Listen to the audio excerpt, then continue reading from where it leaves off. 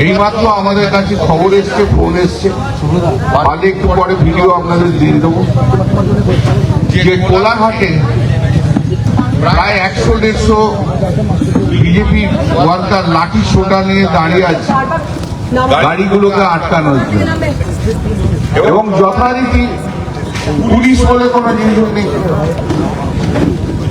এবং পুলিশ যেখানে থাকা আছে খালি হাতে দাঁড়িয়ে আছে। সারা পশ্চিমবাংলা জুড়ে যে গুন্ডামি আজকে পুলিশ করছে, এবং মুখ্যমন্ত্রীর প্রশ্রয় পুলিশ নিজেকে একদম চুপচাপ করে রেখেছে, পশ্চিমবাংলা আগে কখনো দেখেন, পশ্চিমবাংলায় এইরকম পুলিশ বাহিনী কখনো দেখেন। এই পুলিশ 4 মাস আগে যে অ্যাক্টিভ ছিল, যে কাজ করতো, আজকে পশ্চিমবাংলার পুলিশ, কলকাতার পুলিশ কোনো কোথাও কাজ করছে না, এবং ওরা ইন্ধন যোগাচ্ছে যাতে এই গুন্ডা বাহিনী পুলিশ নিয়ে লাঠি নিয়ে থাকতে পারে। আমরা বিভিন্ন জায়গায় মিটিং করতে যে আমরা ওয়ার্কারদেরও বলে দিচ্ছিলাম যে সবাই নিজেদের মতো আসবেন ভালো করে, কিন্তু এইভাবে যে রাত্রি 1টা-1:30টার সময় যে গুন্ডা বাহিনী দাঁড়িয়ে থাকবে লাঠি সোটা নিয়ে, এবং পুলিশ দাঁড়িয়ে দাঁড়িয়ে দেখবে, এ অভাবনীয় ভাবা যায় না। ভারতীয় জনতা পার্টি পশ্চিমবাংলা থেকে গণতন্ত্রটাকে একদম মুছে দিচ্ছে।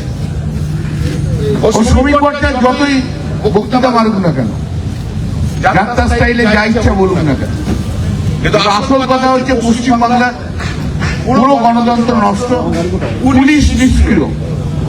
কিভাবে কতভাবে তৃণমূল কংগ্রেস কর্মী যারা মমতাদিকে ভালোবাসে তাদেরকে কিভাবে আঘাত করতে, আর বিজেপিটা রয়েছে ওরা তো যে সারেন্ডার করে দিয়েছে,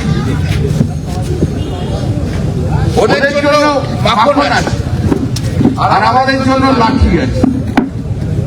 3-4টে বড় বড় গদ্দার আজকে মিটিং করছে, বসে বলে কিভাবে আমাদের আটকানো যায় তাই দিচ্ছে। বর্ষত্ব বিভীষণই তো সবচেয়ে বেশি ভয়ঙ্কর না, এই বিভীষণ গুলো সবচেয়ে বেশি ভয়ঙ্কর। তো আমি আপনাদের এটা জানিয়ে দিচ্ছি যে সারা পশ্চিমবাংলায় এই জিনিসটা হচ্ছে।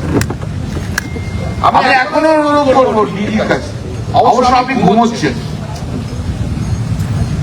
ঘুমিয়ে আপনি দিনের বেলা তো থাকেন, রাত্রেবেলা তো আর একটু বেশি করে ঘুমুন। তো আপনি একটু দেখুন আপনার পুলিশ বাহিনীকে অ্যাক্টিভ করুন,